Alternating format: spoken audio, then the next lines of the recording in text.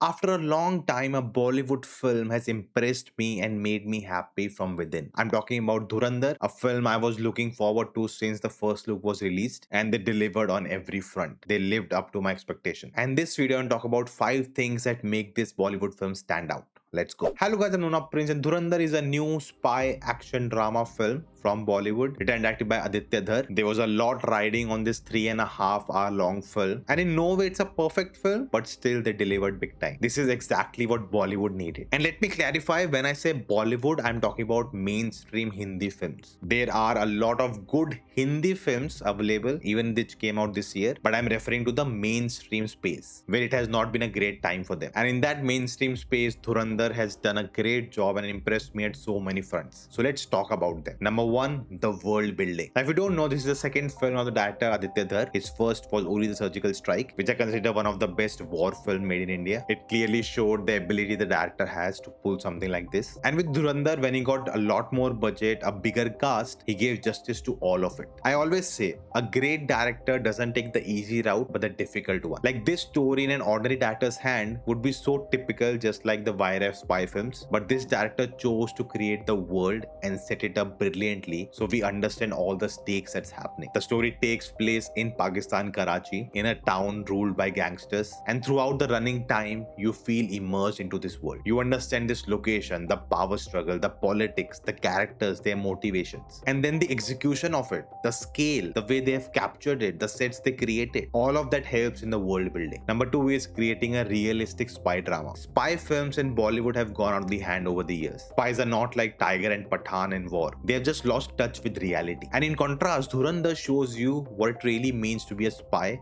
infiltrating another country. What are the challenges you face, the struggle you have to go through, the patience you have to show. It's about hiding your identity, getting lost in the crowd. It's not taking a machine gun and destroying everything. And in Dhurandhar, we see all these aspects. There is a fear of getting caught. We see the ups and downs. And because of that, you get to experience this world and life. And what makes it better is number 3, the grounded approach. This film doesn't go over the top at all. It is not a mass film. The action is kept grounded. It feels realistic. There are no unnecessary mass moments to give you highs. Instead, it's about making your way through all the drama that's going on and accomplishing the mission. What do we usually see in this genre? We have a hero, we have a villain, and the villain is just a mustache twirling guy. They are just evil, they have nothing else to them, and the hero will beat the crap out of them, and that's it. And I'm happy to say Dhurandhar is nothing like that. Number 4, utilizing the adult rating. Now, this film is 18 plus. Still, of course, censor board muted some words. I'm sure they must have asked for some cuts also, but this film justifies the violence it's showing because of the earlier points, the world building, the realistic approach. When you are living in such a volatile area where violence is so common, you will see that. You will see the bloodshed. You will hear a lot of cuss words because that's how these people talk. And all of these things also make the world more authentic and more immersive. At no point I felt like just for the sake of it, they were showing violence. And that's why the violence that we see is very impactful, because it is very measured. It is done with the right intention. And that is very praiseworthy in the times we live in. And number 5, which should have been number 1 actually, is the cast and their performances. Since the announcement of this film, when you heard the cast, Ranveer Singh, Akshay Khanna, Sanjay Dutt, Arjun Rampal, R. Madhavan, there are so many other supporting actors and each one of them has delivered. Again, for the world building, it is so important to get the acting right. And it's not just about the performances, but the writing for each and every character. Even for a small role, which is not so significant, the writing is top notch, which is very rare for Bollywood. But I have to say the one who shined the most was Akshay Khanna. Oh my god, the aura, the screen presence. Oof. His inclusion in the Hindi remake of Drishyam 2 was something that elevated that film, and here he just took his performance in the film to some other level. And with Ranveer, he's supposed to be subdued. He needs to stay mysterious. He doesn't have much dialogue. You're always wondering what is going through his head, and the plot demands him to perform like this. He doesn't need to overshine the others. He just needs to fit his role, and every actor has done that in this film. And those are the 5 points that make Dhurandhar stand out. I would say the film is long. It does get tiring. You can say the director overindulged. Few things could have been trimmed off, but I think it's the conviction of the director which you can see on full display, which made me really happy, because you often don't get to see that in Bollywood. But that is often the case with Malayalam cinema. And I actually got to interview a Malayalam director and had a long chat with him. Definitely check it out here if you haven't. Do let me know your thoughts in the comments below. What do you think of the film? And I will see you next time.